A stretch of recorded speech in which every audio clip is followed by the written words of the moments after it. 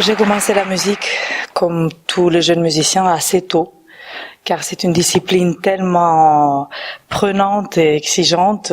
Je ne dis pas qu'on ne peut pas le commencer plus tard, mais plus tôt c'est le mieux.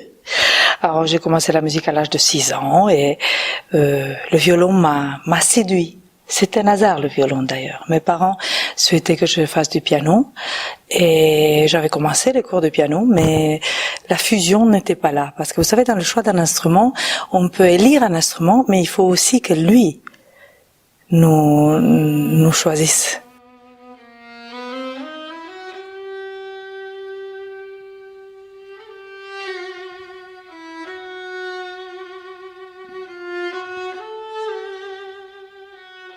Le répertoire de ce soir est tout à fait exceptionnel, en grande partie autour du grand génie romantique Mendelssohn, l'enfant prodige, car les 3 œuvres de Mendelssohn qui sont au programme, les premières 2 symphonies et le concerto en ré mineur, ce sont des œuvres de jeunesse, écrites à l'âge de 11 et 12 ans.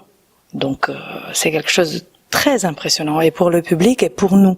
Je le disais à la répétition, il y a un deuxième mouvement de ce concerto en ré mineur. Chaque fois, lorsque je le joue, je suis émue, parce qu'il m'étonne tout le temps. Pour moi, c'est impossible. Vous savez, le génie existe, bien sûr, et pour un musicien professionnel, un être normalement constitué, pouvoir pénétrer ce monde, on le comprend, mais on ne peut pas l'atteindre. Nous, en tant qu'interprètes, bien sûr, on fait de notre mieux, mais ce génie créateur, en quelque part, il couronne tout. Nous sommes les bras qui vont porter une musique géniale, mais souvent, vous savez, le problème de certains interprètes, c'est l'ego. Et moi, je dis tout le temps, au-dessus de nous, il y a le créateur, vous savez, et c'est lui qui décide.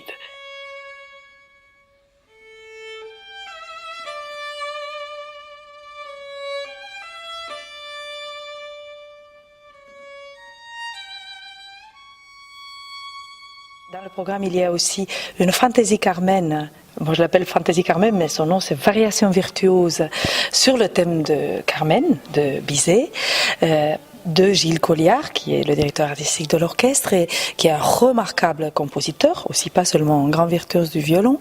Et cette œuvre-là, elle est belle, elle est séduisante, les gens sont à l'aise en l'écoutant. C'est une façon d'aborder Carmen très, très spéciale, avec beaucoup d'humour, des contradictions rythmiques.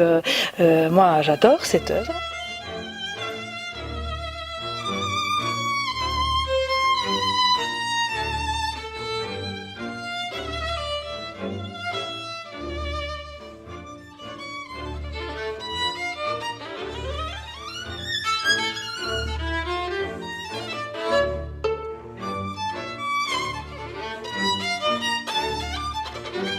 Je dirais aux gens, venez parce que vous allez recevoir de la beauté.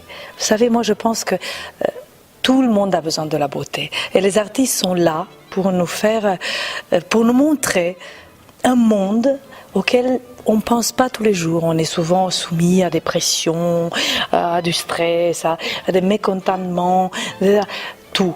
La vie n'est pas que ça. La vie peut être aussi la contemplation et la beauté.